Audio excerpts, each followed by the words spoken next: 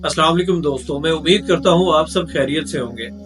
دوستوں، آپ تو جانتے ہی ہیں کہ ایران نے پاکستان پر حملہ کیا ہے۔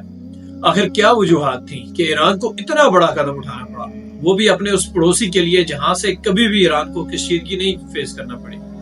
اب اس خطے کی جیو پولیٹکس کس طرح سے شیپ ہونے جا رہی ہے اور عالمی قوتیں اس واقعے کو کس طرح سے دیکھ رہی ہیں، آئیے اس ویڈیو میں جانتے ہیں۔ دوستوں، ویڈیو دیکھنے سے پہلے چینل کو سبسکرائب کرنا مت بھولیے گا۔ دوستو، ایران نے پاکستان کے اوپر جو حالیہ حملہ کیا ہے، یہ ایران کا اس ہفتے میں کسی سوورن کنٹری پر پہلا حملہ نہیں ہے۔ ایران نے پہلا حملہ عراق میں کیا، جہاں ایران کے بقول انہوں نے موساد کے 2 ایجنٹس کو ٹارگٹ کیا۔ دوسرا حملہ انہوں نے سیریا میں کیا۔ یہ حملہ ان پراکسیز کے خلاف تھا جو بشار الاسد کے خلاف لڑی جا رہی تھی، اور جیسا کہ ایران سیریا کو سپورٹ کرتا ہے تو ایران کا کہنا تھا کہ انہوں نے پراکسیز پر حملہ کیا ہے۔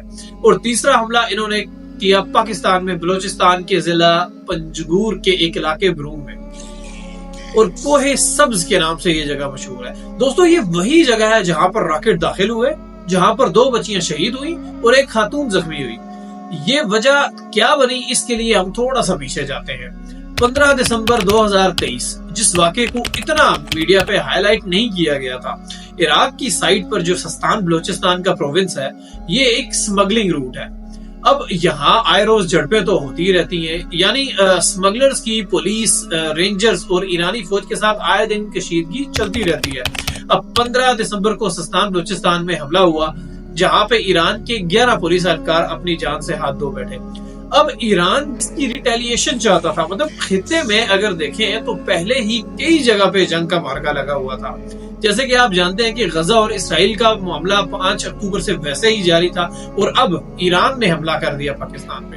اب یہ سوچتے ہوئے کہ پاکستان کیا کر لے گا، مطلب ایران نے بنا سوچے سمجھے حملہ کیا۔ انہوں نے سوچا یار پاکستان کے پاس کیا ہے، پاکستان تو اس کا جواب بھی نہیں دے سکتا تھا، لیکن انہوں نے پاکستان کو ہلکا لیا کیونکہ پاکستان ریٹیلیٹ کرنے میں دیر نہیں لگاتا۔ اب IRGC جو پاسداران انقلاب کہلاتی ہے، جو کہ آپ سمجھ لیں کہ ایران کی اسٹیبلشمنٹ ہے، اس نے مس کیلکولیشن کی اور سوچا کہ اگر پاکستان پہ بھی ہم حملہ کر دیں تو ہمیں وہاں سے ریٹیلیشن نہیں آئے گی اور خطے میں ہمارا ایک نام بھی ہو جائے گا۔ اور دوسری جانب 17 جنوری کو جس دن ایران نے پاکستان پہ حملہ کیا، اتفاق سے بھارتی فارن منسٹر شنکر تہران میں موجود تھے اس وقت۔ آدھو انہوں نے کھل کر اس چیز کی سپورٹ نہیں کی، لیکن کسی طرح انہوں نے ایران کو تھپکی بھی دی کہ بھئی آپ نے جو کیا وہ ٹھیک کیا ہے۔ اچھا، اب ایران نے جس آؤٹ فٹ کو ٹارگٹ کرنا چاہا، اس کے کوئی ثبوت فراہم نہیں کیے کہ بھئی ہم نے کتنے دہشت گردوں کو مارا ہے یا کیا کیا، یا حالانکہ جیش العدل کی اگر بات کی جائے تو وہ افغانستان سے کافی زیادہ قریب ہے۔ اب افغانستان میں ان کے کافی ہائیڈ آؤٹس موجود ہیں، لیکن ایران نے اس طرف حملہ نہیں کیا اور پاکستان میں بغیر کسی ثبوت کے ایک بیان جاری کر دیا، جس کے جواب میں پاکستان نے ایک رسپانسیبل ریاست ہونے کا ثبوت دیا۔ حالانکہ پریشر بہت تھا، ٹویٹر بھرا پڑا تھا کہ بھئی راکٹ مار دو، یہاں سے حملہ کر دو، وہاں سے کر دو، ایئر فورس بھیج دو، لیکن ایک ذمہ دار ریاست کبھی بھی جلد بازی کا فیصلہ نہیں کرتی۔ پاکستانی اسٹیٹ نے پہلے سافٹ پاور ٹول استعمال کرتے ہوئے بارٹر ٹریڈ کو بند کیا، اور ایران کا سفیر جو کہ پہلے ہی ملک سے باہر تھا اس کو نہیں آنے دیا اور اپنا سفارتی عملہ پاکستان واپس بلا لیا۔ اور اسی دوران میٹنگز بھی کنڈکٹ کی جا رہی تھی کہ اس کا جواب کیسے دینا چاہیے، کیونکہ پاکستان دنیا کی 7ویں بڑی فوج اور دنیا کی 5ویں بڑی ایٹمی قوت ہے، اور کسی بھی ایٹمی طاقت کو کوئی بھی کبھی بھی راکٹ مار جائے اور وہ خاموش بیٹھا رہے، اب ایسا تو نہیں ہو سکتا نا۔ دیکھیں، دنیا میں آپ کا مذاق بنتا ہے، ہمیں بھی دنیا کو منہ دکھانا ہوتا ہے، ہمیں بھی دنیا کو جواب دینا ہوتا ہے۔ دنیا میں ہماری ایک گلوبل سٹینڈنگ ہے تو ہمیں اس کا جواب دینا ضروری تھا، تو سب سے پہلے آن گراؤنڈ انٹیلیجنس کو پلیس کیا گیا۔ اب دیکھیں، ہوتا یہ ہے کہ آپ کا جو فٹ پرنٹ ہے اس کا وہاں موجود ہونا لازمی ہے کہ جو ان کی تصاویر کو کھینچ سکے، فوٹیج دے سکے، تاکہ آپ دنیا کو دکھا سکیں۔ مطلب ماضی میں اگر آپ دیکھیں تو دنیا تو یہ بھی کلیم کرتی ہے کہ ہم نے پاکستان کا F-16 طیارہ گرا کر پھینک دیا، جو کہ کبھی انوالو تھا ہی نہیں۔ تو اس لیے آپ کو سب سے پہلے آن گراؤنڈ انٹیلیجنس پلیس کرنا ہوتی ہے۔ تو بیسیکلی 3 ڈیفرنٹ لوکیشنز پہ ملٹیپل اٹیکس کیے گئے، جس میں ملٹیپل لانچ راکٹ سسٹم شامل تھا۔ اس میں کلر ڈرون اور لوئٹرنگ میونیشن شامل تھے، اور اس کے ساتھ ہی 7 مختلف حملے کیے گئے اور جیسے ہی حملے ہوئے اس کے فوراً بعد ہی ہائیڈ آؤٹس کی اور وہ لوگ جن پر اٹیک کیا گیا تھا ان کی باقاعدہ تصویریں لی گئی اور وہ جاری بھی کی گئی، جو کہ انٹرنیٹ پہ ریڈیلی اویلیبل ہیں، جو کہ پاکستان کا ثبوت ہے کہ انہوں نے حملہ کر کے ٹارگٹ اچیو کیا۔ اب ان لائک ایران جس نے رینڈم راکٹس چھوڑے، بچیوں کو شہید کیا اور کسی قسم کا کوئی ثبوت فراہم نہیں کیا۔ اب اس میں ایک بات جاننے کی ضرورت ہے کہ دوستو یہ شیعہ سنی کی جنگ نہیں ہے، یہ دو سٹیٹس، دو ملکوں کی جنگ ہے۔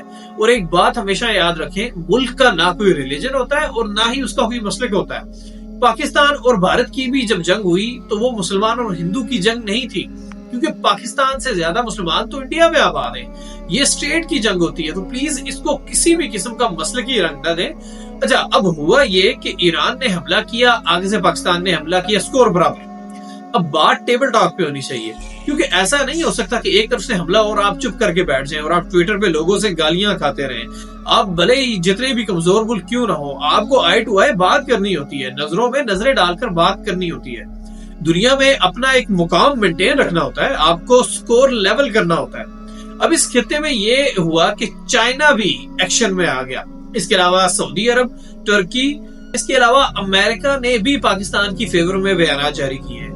اب اس سے پاکستان کی سٹینڈنگ اس خطے میں کافی بڑی ہوگی، اور ایرانی اسٹیبلشمنٹ کی یہ جو اتنی بڑی مس کیلکولیٹڈ ایفرٹ تھی، اس کی وجہ سے ایران کو ایک گلوبل امبیرسمنٹ کا سامنا کرنا پڑا۔ اور 1988 کی ایران عراق جنگ کے بعد یہ پہلی بار ہوا ہے کہ ایران کے اندر کسی نے حملہ کیا ہو۔ اس کے علاوہ ایران کو اب اس بارڈر پر بھی، جہاں سے اس کو پہلے بہت سکون تھا، اب شاید فوج تعینات کرنی پڑے۔